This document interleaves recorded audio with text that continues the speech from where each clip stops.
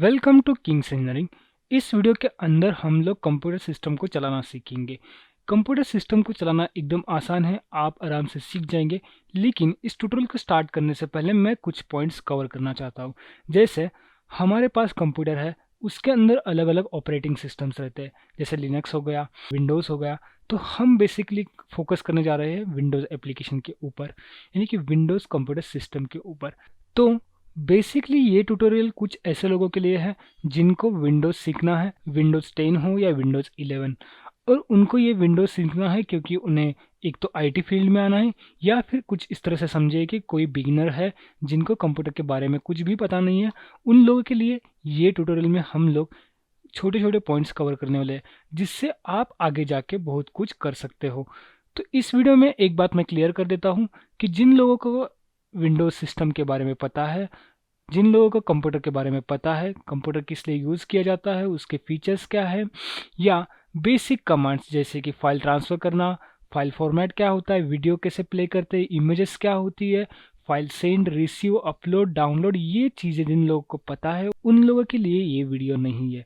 ये वीडियो में हम लोग एकदम बेसिक से कवर करेंगे, और उसके साथ ही इतने अच्छे से कवर करेंगे कि अगर आपको कुछ भी सिस्टम के बारे में नहीं पता है, आपको कंप्यूटर के बारे में कुछ पता नहीं है, तो इस वीडियो में हम वही चीज़ें कवर करने वाले हैं। हम हर एक चीज़ को एकदम आसान और एकदम सरल तरीके से समझेंगे। तो चलिए शुरू करते हैं इस वीडियो को। तो यहाँ पे फर्स्ट इंटरफेस ऑफ विंडोज़ हमें दिखाई दे रहा है, बट मैं इसके पहले इंटरफेस को क्लियर करने से पहले आपको कुछ इंपॉर्टेंट चीज़ें बता देता हूँ। जैसे विंडोज़ पे हमारे आगे बहुत सारे आइकन्स दिख रहे हैं, क्रोम है, रिसाइकल बिन है, बाद में Android studio, OBS, Microsoft Edge, ये अलग अलग आइकन्स यहाँ पे दिखाई दे रहे हैं। बट इन आइकन का मीनिंग क्या होता है? एक तरह से देखा जाए तो मोबाइल फ़ोन्स तो सब लोग यूज़ करते हैं। मोबाइल फ़ोन्स में अलग अलग एप्लीकेशन रहते हैं, जैसे कि कोई गेम होगा, टेम्पल रन, या कोई माइक्रोसॉफ्ट एक्सेल वगैरह कुछ भी जो यूज़ कर रहे हैं। जैसे हम लोग व्हाट्सअप कॉमनली यूज़ करते हैं, वो एक एप्लीकेशन है, वो एक मोबाइल एप्लीकेशन है। इसी तरह विंडोज़ पे भी अलग अलग तरह के एप्लीकेशन होते हैं, और विंडोज़ के एप्लीकेशन के अलग अलग फीचर्स रहते हैं, अलग अलग एडवांटेज रहते हैं, और उसके साथ ही अलग अलग डिसएडवांटेज रहते हैं। जैसे मोबाइल में हमें बहुत सारे फीचर्स देखने को मिलते हैं, जैसे कि अगर एक मोबाइल फ़ोन है तो उसमें टच होता है, उसमें हम स्क्रॉल कर सकते हैं, स्वाइप कर सकते हैं। लेकिन विंडोज़ में हम ये चीज़ नहीं कर सकते, हमें ये चीज़ विंडोज़ में करनी पड़ती है माउस की मदद से। तो एंड्रॉयड अगर एप्लीकेशन की बात करें तो एंड्रॉयड में ये एक बेनिफिट मिलता है, विंडोज़ में एक बेनिफिट नहीं मिलता है। तो उसके साथ एंड्रॉयड में हमें बहुत कम मेमोरी मिलती है, कम रैम मिलती है, और उसके साथ प्रोसेसिंग पावर भी कम रहती है। लेकिन विंडोज़ के अंदर हमें बहुत ज़्यादा पावरफुल प्रोसेसर, रैम और सभी चीज़ें हमें विंडोज़ के अंदर मिलती है। तो मोबाइल से जो हम काम करते हैं वो हम एक विंडोज़ एप्लीकेशन में बहुत फास्ट और बहुत अच्छे से कर सकते हैं। तो इसी वजह से हमें कंप्यूटर सिस्टम ज़्यादा यूज़ करते हुए दिखते हैं। आज अगर देखा जाए तो हर किसी के पास एक लैपटॉप है, या एक पीसी है, या एक सिस्टम है। यही चीज़ अगर 10 साल पहले देखी जाए तो ये रियरली मिलता था। तो इसका एकदम वास्ट यूज़ है, और ये कभी ना रुकने वाली चीज़ है। तो हम यहाँ पे एक तरह से विंडोज़ एप्लीकेशन को पूरे स्क्रैच से सीखने वाले हैं, और एकदम बेसिक से। जैसे अभी मैंने आपको बताया कि यहाँ पे ये जो आगे दिख रहे हैं ये एक आइकन से एक मोबाइल ऐप की तरह है। तो इनको भी एक इंस्टॉल करने का प्रोसीजर रहता है, अलग से प्रोसीजर रहता है। जैसे हम लोग अगर मोबाइल में देखें तो मोबाइल में हमें उसके लिए प्ले स्टोर दिया होता है, प्ले स्टोर से हम लोग एप्लीकेशन इंस्टॉल करते हैं। अगर आपने कभी शेयर इट या कोई भी एप्लीकेशन जिससे हम डेटा सेंड या रिसीव कर सकते हैं ये एप्लीकेशन नहीं यूज़ किया, तो आपको ये चीज़ नहीं समझ में आएगी कि आप एक एप्लीकेशन शेयर करके भी इंस्टॉल कर सकते हो। यानी कि किसी के डिवाइस से आपके डिवाइस तक वो एपीके सेंड किया जाएगा, और उस एपीके को आप इंस्टॉल कर सकते हो और उसको यूज़ भी कर सकते हो। बट फाइनली यही पॉइंट आता है कि हमें कुछ इंस्टॉल करना पड़ रहा है, फिर उसके बाद उसके फीचर्स हमें यूज़ करने मिल रहे हैं। जैसे हम कोई व्हाट्सअप यूज़ करते हैं तो व्हाट्सअप हमें इंस्टॉल करना पड़ रहा है, फिर उसके अंदर के जब जितने भी फीचर्स हैं हम उसको यूज़ कर सकते हैं। वैसे ही अलग अलग ऑपरेशंस के लिए, अलग अलग चीज़ों के लिए यहाँ पे एक एप्लीकेशन को इंस्टॉल किया जाता है, डेस्कटॉप एप्लीकेशन को डाउनलोड करके उसको इंस्टॉल किया जाता है। तो यहाँ पे सबसे पहले आपके पास जो सिस्टम है उस सिस्टम की कॉन्फ़िगरेशन आपको मालूम रहनी चाहिए। सिस्टम कॉन्फ़िगरेशन के लिए आप यहाँ पे स्टार्ट मेनू पे आना है, यहाँ पे राइट क्लिक करना है, राइट क्लिक करने के बाद सिस्टम पे जाना है। अभी यहाँ पे और एक चीज़, बहुत बार क्लिक करते समय क्या होता है कि जैसे मैं यहाँ पे आ गया, यहाँ पे मैंने क्लिक कर दिया, ये पैनल तो आ गया, बट मुझे फिर से अगेन मेरा विंडोज़ डेस्कटॉप है वो देखना है। तो यहाँ पे ब्लैंक स्पेस पे आपको एक सिंगल क्लिक करना है। जैसे कि समझो मैंने इस फाइल के ऊपर एक बार लेफ़्ट क्लिक कर लिया तो एक फाइल हमें सिलेक्टेड दिखा रही है, बट मुझे इसको सिलेक्ट नहीं करना है। तो हमें क्या करना है कि ब्लैंक स्पेस रहेगा वहाँ पे आके एक लेफ़्ट क्लिक कर देना है। इसको आप याद रखें, इसको आपको हमेशा के लिए ध्यान में रखना है। तो ये क्लिकेबल जो पॉइंट है ये आपको बहुत आगे जाके यूज़फुल रहेगा। तो यहाँ पे सिस्टम कॉन्फ़िगरेशन के ऊपर फिर से आता हूँ मैं यहाँ। तो यहाँ पे आपको स्टार्ट मेन्यू के ऊपर एक बार राइट क्लिक करना है। राइट क्लिक करने के बाद यहाँ पे आपको सिस्टम के ऊपर क्लिक करना है। सिस्टम के ऊपर क्लिक करने के बाद यहाँ पे आपको आपके सिस्टम के कॉन्फ़िगरेशन दिखेंगे। रैम कितना है आपका, device ID, product ID, system type, ये सब चीज़ें। अगर आपको इनके बारे में कुछ पता नहीं है तो आपको इतना ट्रबल होने की ज़रूरत नहीं है। आपको सिंपली बस इतना ही देखना है कि आपका सिस्टम टाइप क्या है। आपका system type 64 bit operating system into the 86 या 64 जो भी है वो चलेगा। 32 बिट सिस्टम ऑपरेशन में आपको थोड़ा सा प्रॉब्लम आ सकता है, उसके लिए अलग एप्लीकेशन रहते हैं और इसके लिए अलग एप्लीकेशन रहते हैं। अलग अलग एप्लीकेशन का मतलब जैसे कि देखो, अगर आपके पास एंड्रॉयड डिवाइस है तो उसके लिए अलग एप्लीकेशन रहता है। अगर आपके पास iOS डिवाइस है तो उसके लिए अलग एप्लीकेशन रहता था। और कुछ टाइम पहले माइक्रोसॉफ्ट का भी अलग से रहता था। माइक्रोसॉफ्ट के फ़ोन है उसके लिए अलग एप्लीकेशन लगते थे। तो इस तरह से इसमें भी कुछ कैटेगरीज है और कैटेगरी वाइज एप्लीकेशन को डिवाइड किया है। बट आपके पास अगर सिस्टम 64 बिट ऑपरेटिंग सिस्टम है तो कोई बात नहीं, आप हर एक चीज़ को इंटरनेट से डाउनलोड करके इंस्टॉल कर सकते हो। यहाँ पे पेन और टच दिया है, नो पेन और touch inputs available for this display. तो यहाँ पे आपका जो डिस्प्ले है यहाँ पे उसके ऊपर आपको पेन और टच अवेलेबल नहीं है। कुछ लैपटॉप्स में और कुछ डिवाइसेस में पेन और टच अवेलेबल रहता है। आप यहाँ पे डिस्प्ले के ऊपर टच या पेन से टच करके आप यूज़ कर सकते हो। तो अगेन आते हैं हमारे फर्स्ट इंटरफेस के ऊपर।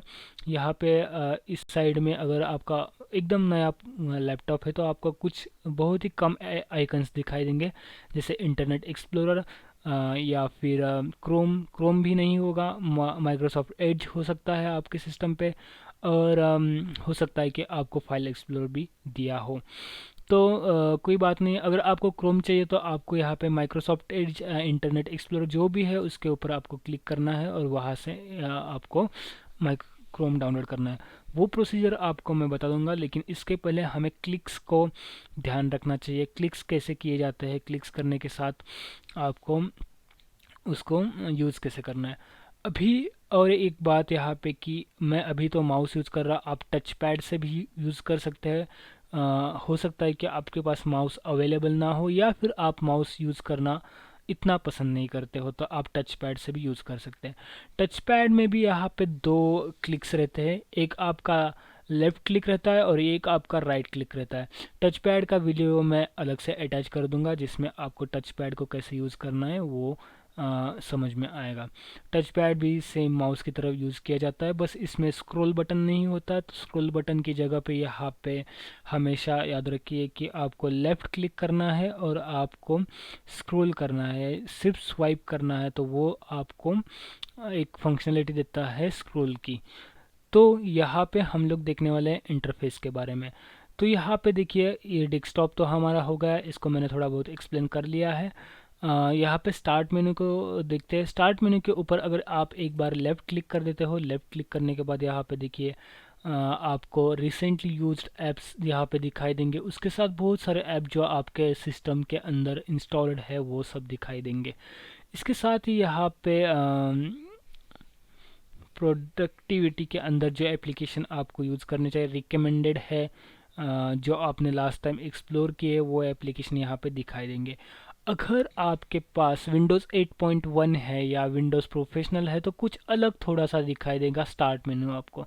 तो स्टार्ट मेन्यू में यहाँ पे एक पावर बटन का ऑप्शन है। पावर बटन से आप शट डाउन, रीसेट और स्लीप कर सकते हो। शट डाउन, रीसेट और स्लीप में क्या डिफरेंस रहता है? शट डाउन यानी कि आपके विंडोज़ सिस्टम के अंदर जितने भी एप्लीकेशन है उन सब का क्विट किया जाता है, उन सब को बंद किया जाता है और आपका सिस्टम एक स्लीप मोड में चला जाता है। रीस्टार्ट का मीनिंग ये है कि आपका एप्लीकेशन फिर से स्टार्ट हो जाएगा। आपके जितने भी एप्लीकेशन हैं उन सब एप्लीकेशन को Windows system one by one close कर देगा और फिर से आपका रीस्टार्ट किया जाएगा। रीस्टार्ट मोस्टली हम कभी हमारा ऑपरेटिंग सिस्टम स्टक हो जाता है, हैंग हो जाता है या प्रॉपर से वर्क नहीं करता, उस मोड में हम यूज़ करते हैं। और स्लीप ऑप्शन इसलिए है कि अगर आप कोई काम कर रहे हो और 5-10 मिनट का छोटा मोटा ब्रेक ले रहे हो और आपका सिस्टम जो है कि आपको स्क्रीन ऑफ करनी है और जो हेवी ऑपरेशंस है उनको स्टॉप करने हैं तो स्लीप्स कर सकते हैं। अगर आपको ऑपरेशंस और ये सब चीज़ें अभी नहीं समझ में आ रही तो वो थोड़े टाइम के साथ आपको समझ में आएंगे। यहाँ पे मैं एक छोटा सा आपको एग्जांपल देता हूँ। समझो कि आप एक गेम खेल रहे हो, टेंपल रन खेल रहे हो आपके मोबाइल के अंदर। तो आपने देखा होगा कुछ समय बाद जब आपका स्पीड इंक्रीज़ हो जाता है, जब आपकी लेवल इंक्रीज़ हो जाती है और उसके साथ ही समझो कि कुछ अनएक्सपेक्टेड आपके साथ हो जाता है, जैसे कि फ़ोन आ गया, फ़ोन कॉल आ गया समझो, या फिर आपने इंटरनेट ऑन किया है, आपको व्हाट्सएप पे मैसेज आ रहे हैं। तो यहाँ पे क्या हो रहा है कि आपका फ़ोन है जो कि कैपेबल है कुछ सम एप्लीकेशन हैंडल करने के लिए, बट उसके साथ ही उसे और 2-3 एप्लीकेशन को हैंडल करना पड़ रहा है। जैसे आप टेंपल रन खेल रहे थे, उसी समय आपको मोबाइल कॉल आ गया, उसी समय आपको व्हाट्सएप के मैसेज आ गए, उसी समय आपको इंस्टा के मैसेज आ गए। इन सब मैसेज को अगर देखा जाए तो इन एक ही साथ आपको मोबाइल को 4 एप्लीकेशन को रन करना पड़ रहा है। तो इन 4 एप्लीकेशन को रन करते समय मोबाइल की मेमोरी डिवाइड हो जाती है। अगर मोबाइल की मेमोरी डिवाइड हो जाती है, आपका जो मोबाइल में रनिंग एप्लीकेशन है वो थोड़ा सा स्लो हो जाता है, तो इसका मतलब है कि आपका जो प्रोसेस है वो टाइम कंज्यूमिंग हो रहा है, उसमें थोड़ा सा टाइम लग रहा है और उसी को बोलते हैं प्रोसेसिंग। तो इस तरह से आपके जो एप्लीकेशन है वो हेवी बन जाते हैं।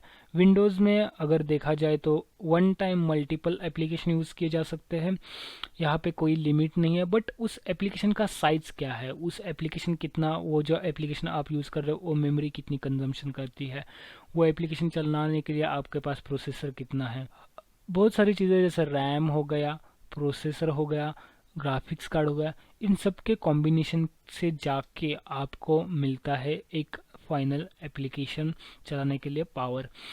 एक इस तरह से समझे कि आपको एक व्हीकल चलानी है, व्हीकल चलाने के लिए आपको पेट्रोल की ज़रूरत रहेगी, टायर्स की ज़रूरत रहेगी, ड्राइवर की ज़रूरत रहेगी। इन सब चीज़ों के कॉम्बिनेशन के साथ आपकी एक व्हीकल चल सकती है। इसी तरह से यहाँ पे एक एप्लीकेशन को चलाने के लिए RAM, processor, graphics card, memory, ये सब चीज़ें आपको ज़रूरी रहती है। तो यहाँ पे आते बैक टू पॉइंट, आपको पिक्चर, डॉक्यूमेंट्स ये सब फोल्डर स्ट्रक्चर में मिलेगा। बाद में आते यहाँ पे आपको इंटरनेट अगर कनेक्ट करना है तो यहाँ पे इंटरनेट का आइकन मिलेगा। यहाँ पे flight mode, wifi, flight mode से आप यहाँ पे एग्जिट रहना चाहिए और वहाँ यहाँ पे वाईफाई से आप वाईफाई कनेक्ट कर सकते हो। यहाँ पे साउंड सिस्टम बढ़ाना और इंक्रीज़ करना, ये सब चीज़ें दी है। और ये सभी ऑप्शन जो है वो एक लेफ़्ट क्लिक से ओपन हो गए, एक सिंगल लेफ़्ट क्लिक। तो इसके साथ ही यहाँ पे एक सर्च बार दिया होता है, आपको जो एप्लीकेशन सर्च करना है आप वो यहाँ पे सर्च कर सकते हैं, उस एप्लीकेशन को आप यहाँ से ओपन कर सकते हैं। तो यहाँ पे इस वीडियो को क्लोज करते हैं और मिलते हैं अगले वीडियो में।